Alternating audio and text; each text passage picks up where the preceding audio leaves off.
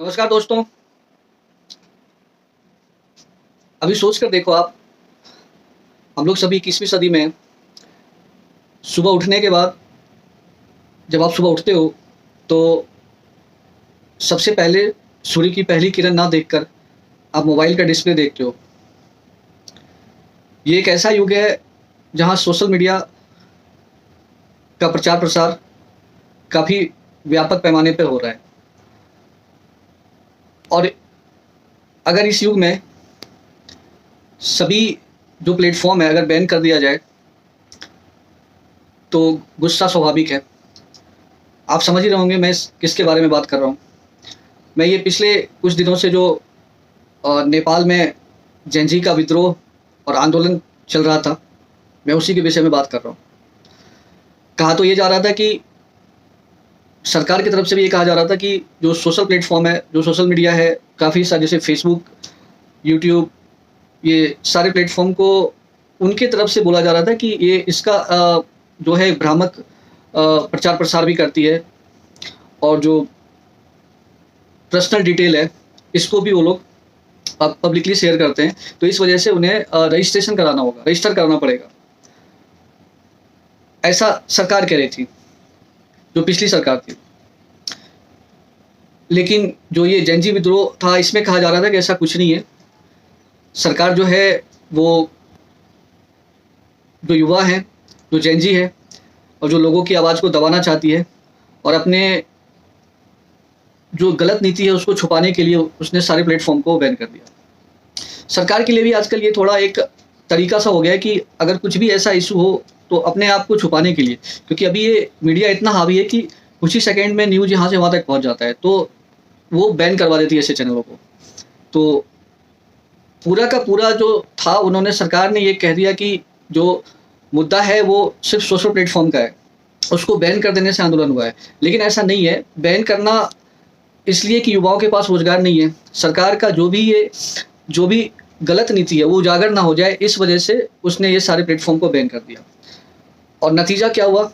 नतीजा ये हुआ कि पूरा नेपाल, अगर आप देखें तो पूर्व के प्रधानमंत्री की जो पत्नी थी उनको जला दिया, वहाँ का जो पार्लियामेंट था उसको जला दिया, जहाँ-जहाँ मौका मिला सब जगह जलाया। और ये आक्रोश था, कहीं न कहीं ये स्वाभाविक है, सरकार की नीतियों के खिलाफ ही होगा ये। और नेपाल में ऐसा नहीं कि पहली बार हुआ है, इससे पहले भी कई बार हो चुका है। 2008 में भी ऐसा हुआ था, जब माओवादी आंदोलन हुआ था। और मैं बता दूं कि 2008 में लगभग तकरीबन 240 साल के बाद राजशाही का अंत हुआ, राजतंत्र का अंत हुआ और लोकतंत्र आया वहाँ। और फिर 2015 के आसपास फिर से नया संविधान आया और 2008 में जो नया संविधान वहाँ बना, 2015 में, माफ़ करना, 2015 में नया संविधान बना। 2008 में जो आंदोलन था वो माओवादी आंदोलन था, जिसके तहत पूरी तरीके से राजशाही और राजतंत्र को समाप्त कर दिया गया, लोकतंत्र बहाल कर दिया गया। और उसके पहले भी लगभग 90 के दशक में, 1990 के आसपास, उस वक्त भी कुछ जो राजशाही थे उसमें जो संसदीय प्रणाली था, जो प्रक्रिया था, उसमें बहुदल को बहाल करने के लिए कि एक से ज़्यादा दल हों, तो वहाँ भी उस बात को लेकर के आगे चर्चा हुई, वहाँ भी आंदोलन हुआ, 90 के दशक में भी आंदोलन हुआ। वैसे अगर देखा जाए तो नेपाल एक ऐसा राष्ट्र रहा है, एक ऐसा राज्य रहा है जो कभी भी ब्रिटिश औपनिवेशवाद का गुलाम नहीं हुआ। वो युद्ध हुआ है, युद्ध ज़रूर हुआ है और युद्ध में युद्ध 1814 से लेकर 16 के बीच में हुआ है। उसमें नेपाल को कुछ अपना क्षेत्र भी गंवाना पड़ा जो ब्रिटिश शासन में चला गया, लेकिन पूर्ण रूप से वो उपनिवेशवाद का गुलाम नहीं हुआ, ब्रिटिश उपनिवेशवाद का गुलाम नहीं हुआ। वो स्वतंत्र रहा उससे। और उस पे जो शासन था वो शाह वंश का था। अगर आप 1768 ईस्वी में अगर देखा जाए तो जो गोरखा राज्य के राजा हुआ करते पृथ्वी नारायण शाह, उन्होंने छोटे-छोटे राज्यों को मिला करके, विलय करके, एकीकृत करके नेपाल की स्थापना किया था उन्होंने। उसके बाद से राजशाही तो चल ही रहा था वहाँ। और ये जो अभी हुआ है, जो आंदोलन और विद्रोह हुआ है, ये पहला नहीं है, पहले भी बहुत सारे आंदोलन, और मैंने बताया कि 90 के दशक में हुआ, 2008 में मैंने बताया था कि अभी आपको माओवादियों के द्वारा हुआ था।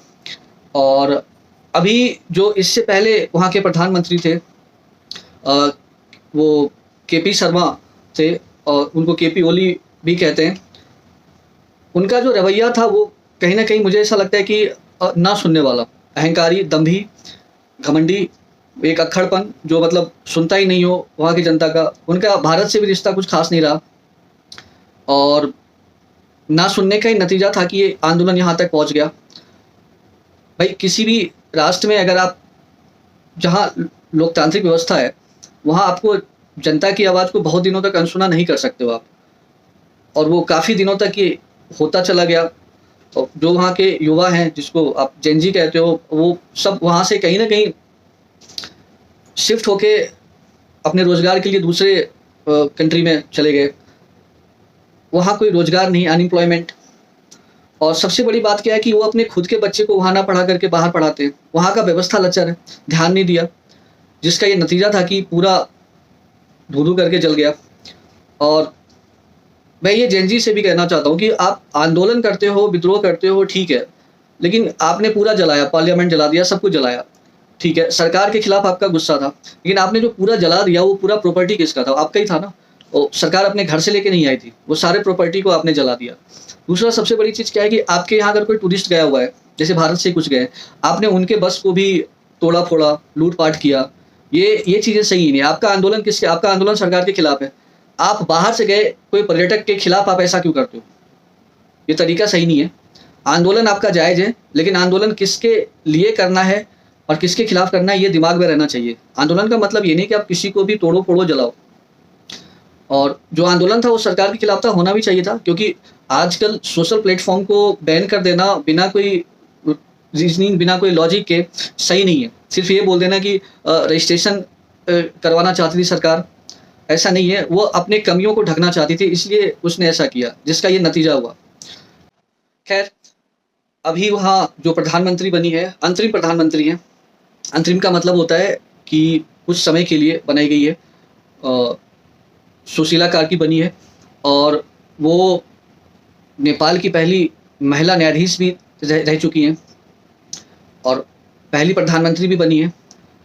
उन्होंने राजनीति विज्ञान में अपनी जो पढ़ाई है वो BHU से की है, बनारस हिंदू विश्वविद्यालय से उन्होंने किया है। उम्मीद है कि आगे सब कुछ अच्छा हो और इस तरीके का आंदोलन ना हो, और अच्छी तरीके से सरकार चले, लोकतांत्रिक व्यवस्था के तहत चले। क्योंकि पिछले सारे आंदोलन में यही बातें थी कि फिर से वो सारी चीज़ें बहाल हो जाए, लोकतांत्रिक व्यवस्था, और सही से सारी चीज़ें चले, लेकिन वो नहीं होने के बावजूद ये सारी चीज़ें हुआ। और उम्मीद है कि आगे ये नहीं होना चाहिए। सरकार समझेगी सबसे। और सरकार क्या होता है, लोकतांत्रिक व्यवस्था में सरकार जब चुन के आती है तो उनके पास सारा संसाधन आ जाता है, सब कुछ होता है, फिर वो जनता का सुनना लगभग बंद कर देती है। जो एक कम्युनिकेशन है उसको कहीं न कहीं वो ब्रेक कर देती है, तोड़ देती है। कम्युनिकेशन ही और लोगों के आवाज़ को सुनना ही बंद कर दिया। तो इस वजह से भी ऐसा होता है, क्योंकि आप जहाँ से चुन के आए हो, जिसने आपको चुन के भेजा है, उसके लिए काम करना है, ना कि अपने लिए काम करना है, और अपना शासन नहीं चलाना है। तो उम्मीद है कि आगे ऐसा नहीं होगा, और आगे सारी शांति जो भी है वो नेपाल में शांति बहाल, वो उम्मीद है हो जाना चाहिए। धन्यवाद।